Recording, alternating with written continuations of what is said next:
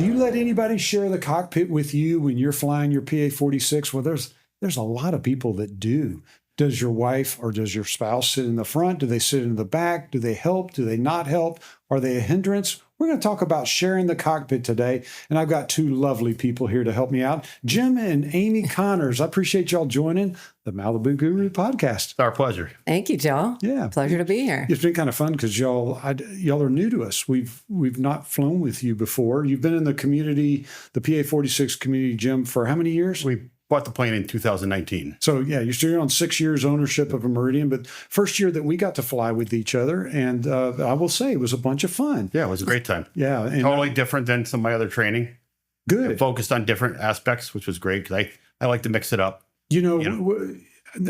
I heard that you flew with John Mariani and did a bunch of your training. John's fabulous. I think one of the best trainers out there as far as that's concerned.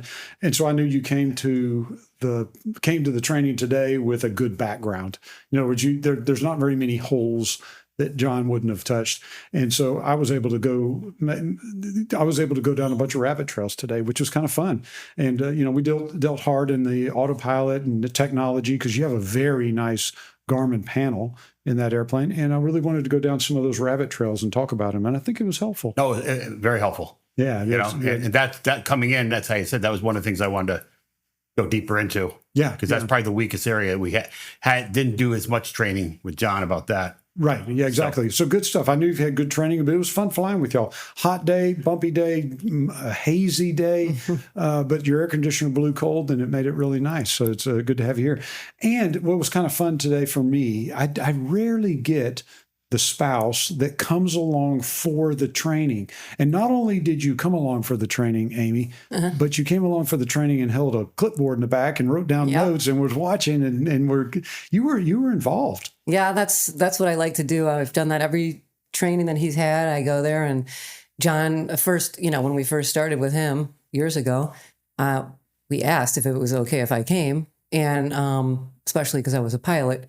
Yep. So that way he at least knows that you know something, right. You're not just the wife just sitting there. Right. So yeah, I mean, I like to take notes and literally write down everything that he's saying, whether it's on the ground with the pre-flight or walking around the airplane, in the air, what actually you guys are performing in the air, what you're doing, what you've found maybe that was wrong. Or it was kind of fun because we were doing the pre-flight of your airplane and I was looking around at things. And I noticed real quick that if I said it, you wrote it. And it was kind of like, hey, write this down so we don't forget, because I forget all the time if I don't write down notes. Too, if I don't have a list, forget we it. basically had you to help us not forget to do, write something down. It made it really nice for training. It was lovely. Oh, good. I'm glad I could help. Have you along. So let's go back into y'all's aviation past. Jim, how'd you get into aviation? And give me the elevator speech of how you entered into flying. It's one of those things that's always on my bucket list. I always wanted to do it. It's like I always wanted to learn to scuba dive. So I, learned to do that. And then we got married and I just said, I got to do this. And my buddy Tony wanted to do it too. So we went up to the airport and did an introductory flight and then he chickened out. Yeah. And I'm like, no, I'm doing this. And you're going all the way. Right. So, so started taking the training at the local airport. It happened to be in a Grumman Tiger and they had a Cheetah. So really same thing. Two Grumman airplanes. Yeah. So did a bunch of training in that, and then we go to Florida the winter. Yeah, okay. And I tried to transfer down there to there, and they had a Cessna 172, and that was kind of a disaster for a while because one's a sports car, one's a Suburban. Right. Very different plane. Yep. And to this day, I don't like them. But you don't like a 172. I don't like a 172. I don't like the high wings. Period. But yeah. So. And that is true. It's a great training airplane, but if you're not training, it's slow. And it was just so different than the Grumman to me, too. It was like learning all over again. Yeah. So when it came time for you to go for a higher performance airplane, the fact that you a low wing Meridian, that fell right into what you're thinking hey, that's good. Yeah. Because I went and bought a Grumman.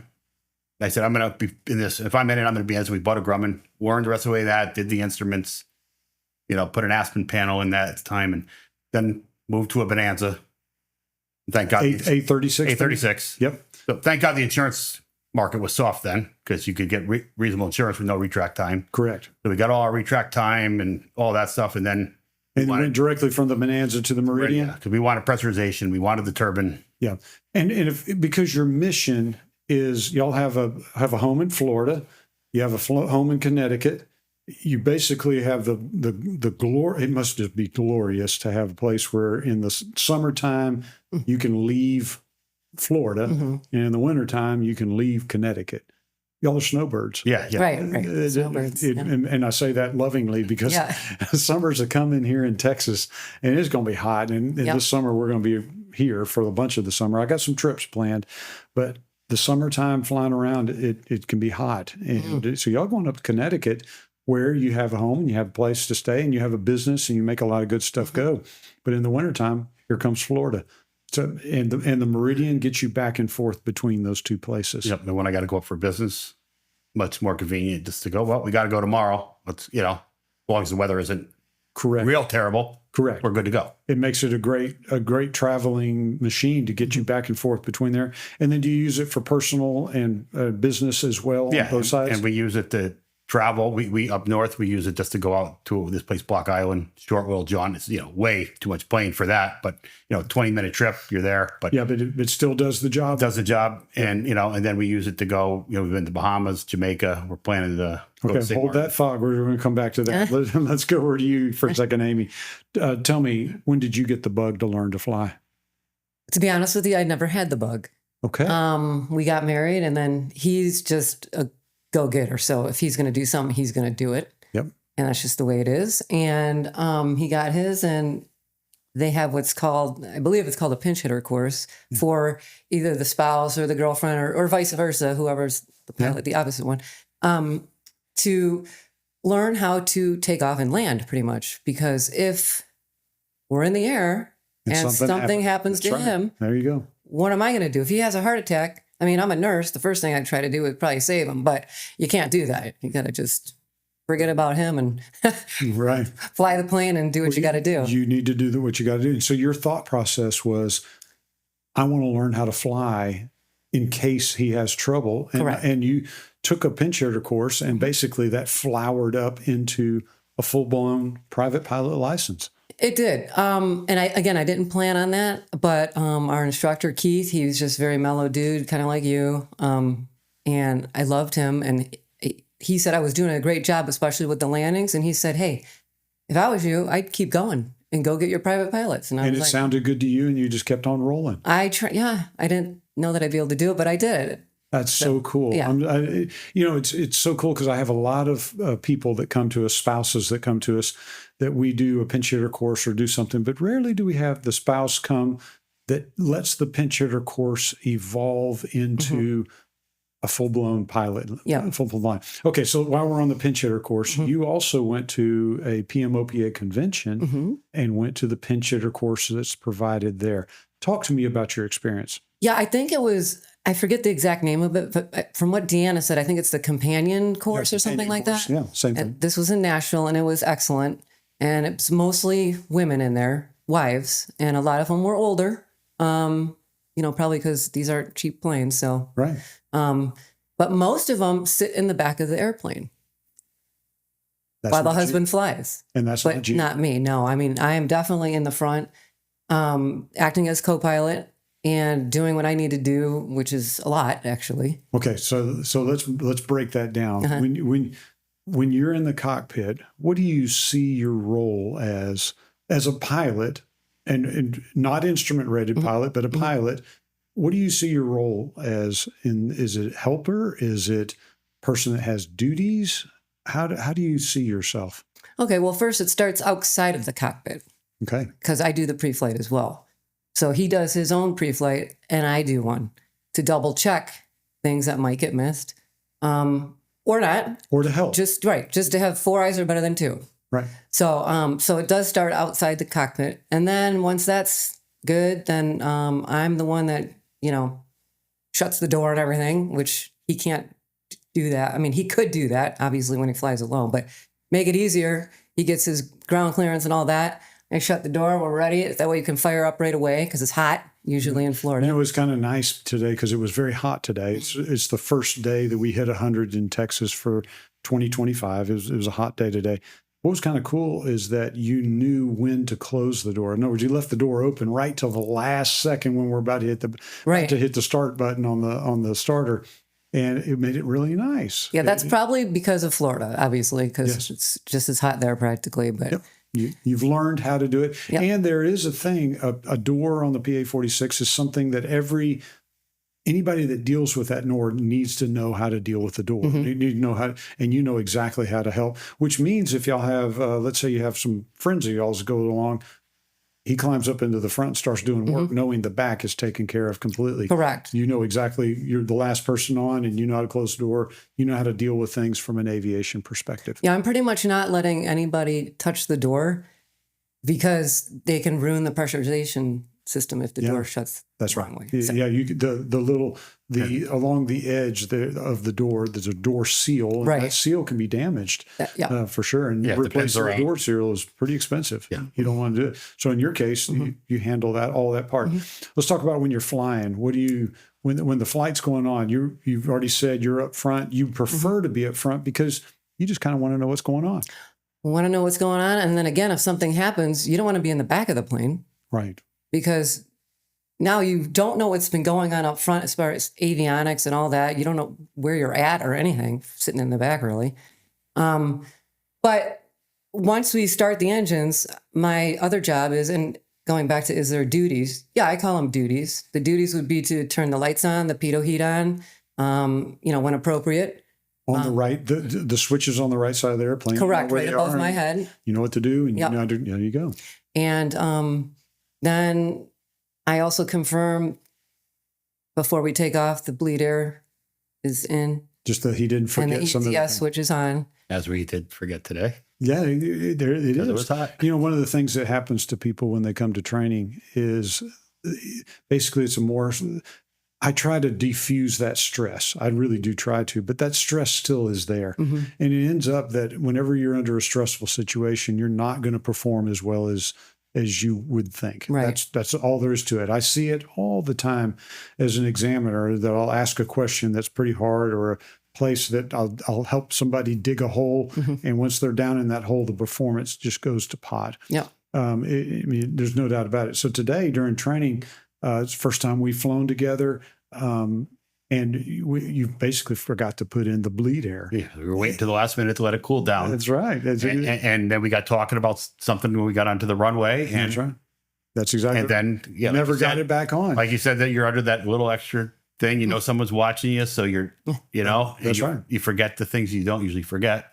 That's right. Yeah. Next thing you know, the idea behind it is that a role, if I'm using probably the wrong word, but a place that you're able to help is, if you're in that certain scenario, generally what switches need to go where in the right place. And when, And you can go, hey, you didn't get the bleed air, did you? Correct.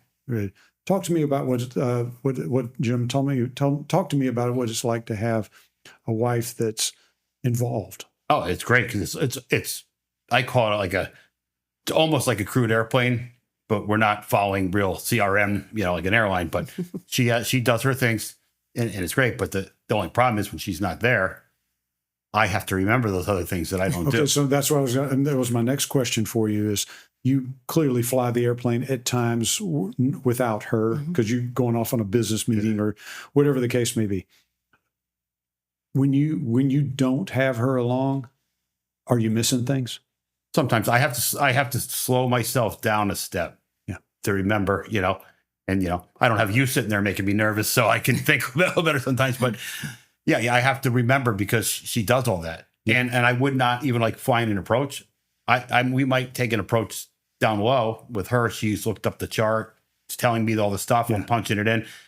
If I'm by myself at an airport, I don't know, probably not going to go as low. Right. Because I have to pay attention to more things.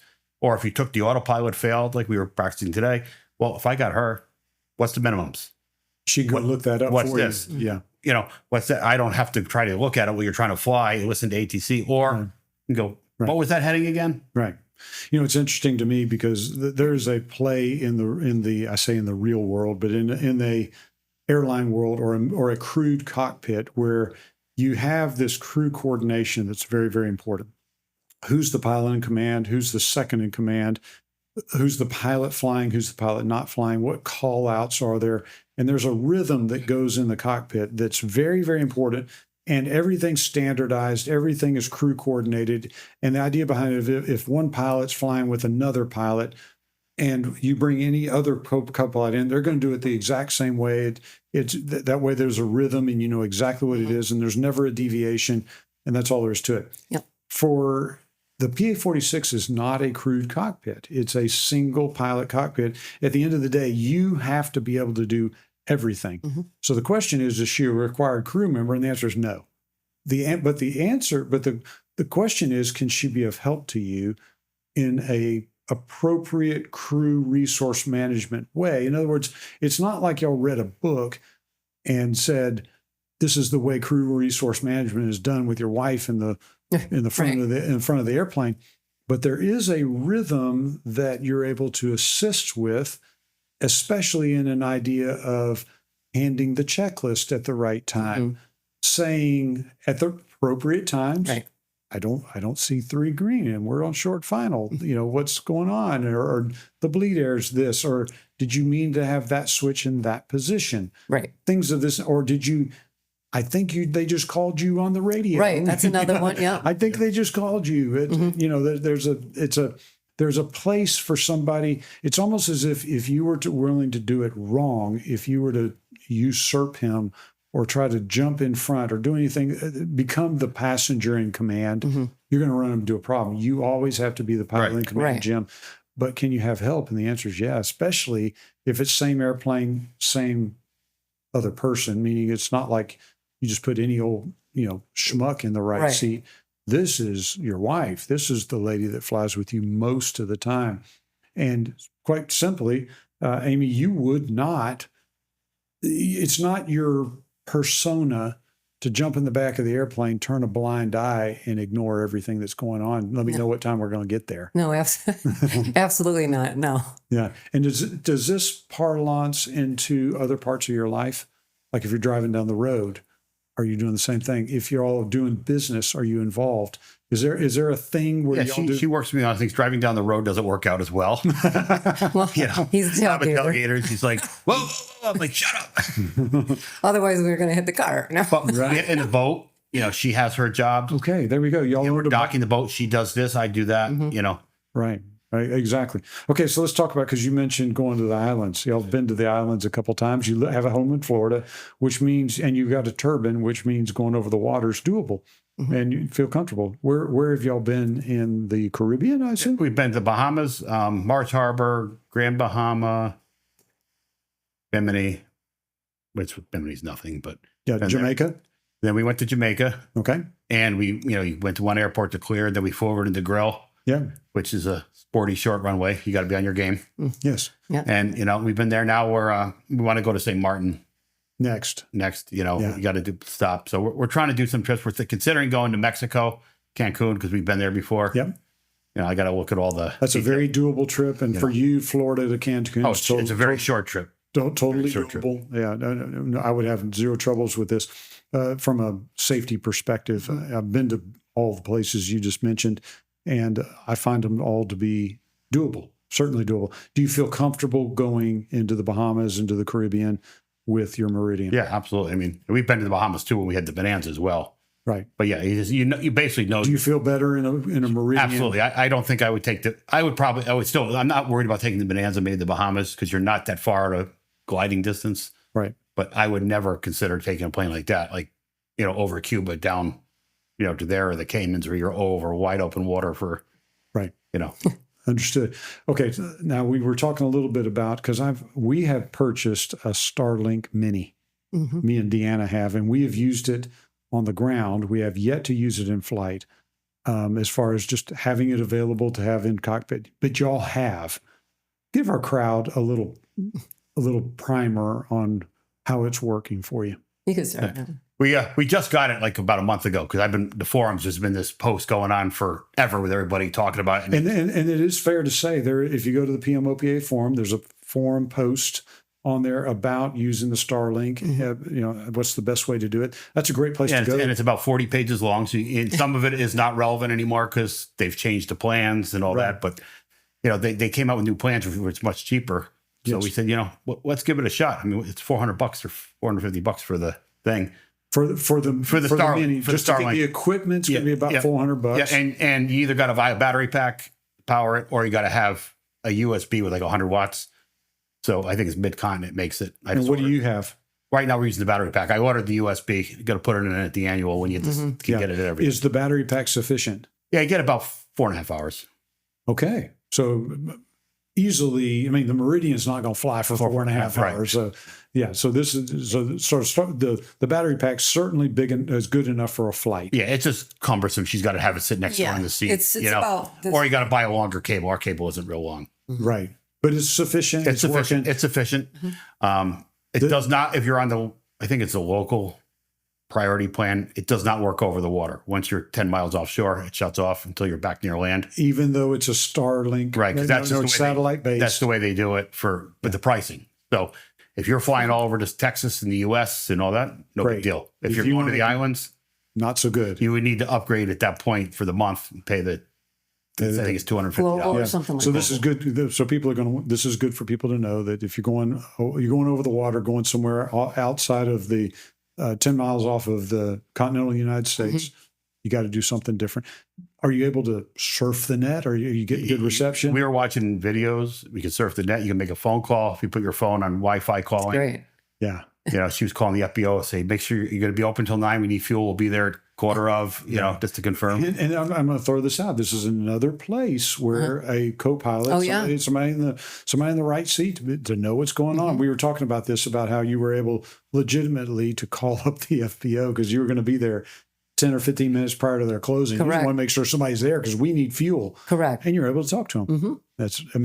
It's what a wonderful time we live in. Yeah. I don't know how well it would be for me to try to make the phone call because you got ATC talking to you. So, but for her to do it, it's perfect. And let Yeah. me say it loud and clear. I don't think there is a place for a pilot to run a Starlink in the cockpit and surf the internet and watch videos. What- I right. am not advocating No. that at all. I can see disaster coming for this type of a scenario with Oh, yeah, it somebody could that be gets distracted. yeah. You talk about a distraction that won't quit. That's it.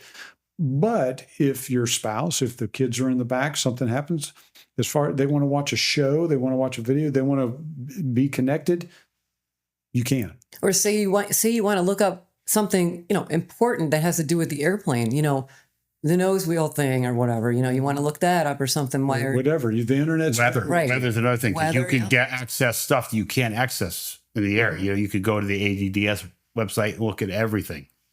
Or, it's literally surfing the internet. Prog charts. And you're putting the antenna up on the dash and the co-pilot Yeah, side. you buy a little cover for it. They sell on Amazon for like $30, so it's soft. Yeah. And so we've just been experimenting with it. So the story behind this is it's available, it's working. You guys are liking it, especially on this long flight from Florida to Connecticut. I mean, it just opens Yeah, up. because I can have her look this up, look that up, or she can order something on Amazon. We forgot about it. Exactly. If I want to look at the weather, I'll pick the iPad and go to other sites besides what we can get. Yeah. And use it for, going up a cruise. All right, there's another thing that you talked about today that intrigued me because I have yet to.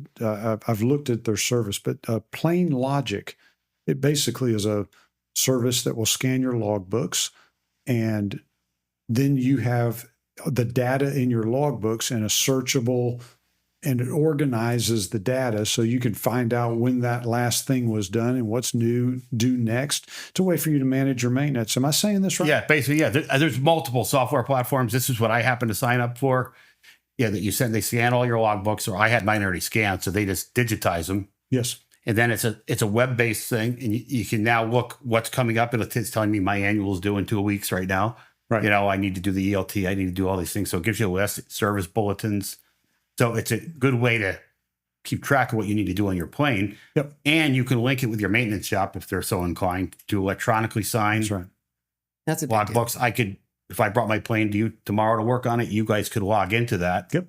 And look at all my logbooks without me handing you Your logbook. my Yeah. logbook. Yeah, exactly. It's great. Or worrying, or sending you a disk that you got to scroll through everything. You could It's all there. search. You want to know when was the last time the receiver dryer was changed. Yeah, it's really a neat service. I love I can't say I endorse it because we don't use it yet, but I wanted to get the word out to the community. By the way, we're very serious about what we endorse and what we don't endorse and what we get money from. We don't get money from anybody for any of the products. So any of the products that we talk about on this podcast, we don't make a dime from anybody on any of them, and we just think that's important. So if you see an endorsement on our podcast or an endorsement on our website or anything of this nature, we just simply don't. But I'm really excited to hear that Plain Logic. So you had a good experience. Yeah, with I've had a good experience. I can't think of. There's another platform which I hear is even better, possibly, but I think it's more pricier.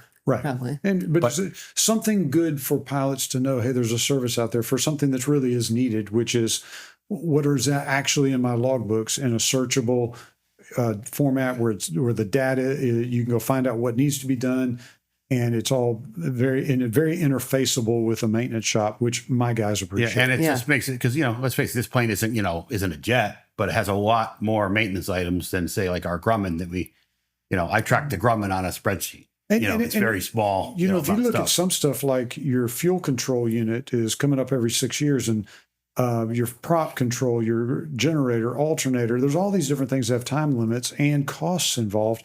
So when you can look at this and go, okay, my fuel control's coming up, that's a pretty big ticket item. I kind of want to know this thing's coming because this annual, if this annual is going to be your prop and your fuel control and your starter generator, you better get out your big crayon because this is going to be expensive. Yes, this is going to hurt. This one's going to hurt. But you also might look at that and go, you know what? I got 2 years without any big ticket items coming. Maybe, this is the year that I put a paint job on the airplane and it may help you with some of these forecasting decisions because you now know what you're about to spend money on. Yeah. And also if you have a brand new airplane to you, you really want to get to know that airplane. This is a great way for you to be able to get to know that airplane. So I don't know. I like the idea. I'm interested that you have Plain Logics as you're using it, getting a good interface with it. So. Yeah, I'm still learning a lot about it, because you're not on it all the time. You look at it here and there. So I'm still digging in, but it's like I told you, my air conditioning wasn't working. So, we're going to bring it to the shop Monday, but I went in on the weekend and pulled up, we checked the fuel end pressures. It seemed out of whack, So I'm like, maybe the receiver dryer, the, evaporators. And see what you had So done I in the went in to past. see when, we bought the plane to what had been done, so I could see that the compressor was changed twice. The receiver dryer was changed 2 different times. So you could look and see if you could find a trend or something, or, hey, maybe the compressor would seem to be every 10 years. Well, maybe it's getting up to the time. So we at least had some ideas like where we're maybe heading.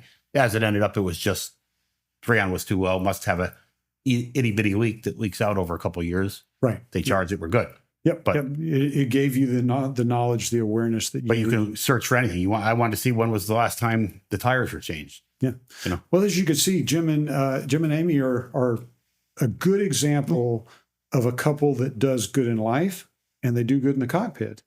And I think it's not for everybody. It's not like every spouse needs to go jump up in the front seat. Right. And so it's not that everybody needs to do this. It means that if you strive toward it, work towards it, you can end up in a place where you actually want her involved, where you want to be involved, and it works for you. You found a rhythm, you found a way to do it that works for both of you to be in there. If you have a spouse, if there's somebody listening to the podcast that has a spouse that wants nothing to do with the front seat and merely wants to sit in the back, that's okay. It's totally fine with it, but there may be a better way to do it. And for you two, this has produced a flow, a way for you to do that. It just works. Y'all, Does work. I'm going to get her the little stick you have so she can just point. Yeah. Yeah. Instead of yelling at me. You like my She can point at the switch. I've got a wooden stick that I use. Yeah, you can get my wooden stick. I'll get you one. Yeah. Okay. And yeah, you can either point to the thing or poke him. Right. Hey, there's the switch over there. Yeah. There it is. It works. Yes. Yeah, that's for sure. Jim, Amy, Connors, I appreciate y'all joining the Malibu Guru podcast. I appreciate you telling the people about what's going on in your cockpit and how it's working for you, how the airplane is not just a thing that Jim does, but it's a thing that y'all do, to put a Texan parlance onto this. And I appreciate you coming to do recurrent flight training with us, and appreciate you telling people about how it's working for you in the PA-46. You're welcome. It was great. Yeah, we appreciate you. It was fun. Bunch of stuff. Yeah, great stuff. So you can see people use their PA-46 for a bunch of different things. Connecticut to Florida, out to the islands, doing work, doing good stuff, and doing it together. You can share the cockpit of a PA-46 and make it work. Joe Casey and Jim. And Amy Connors. signing out.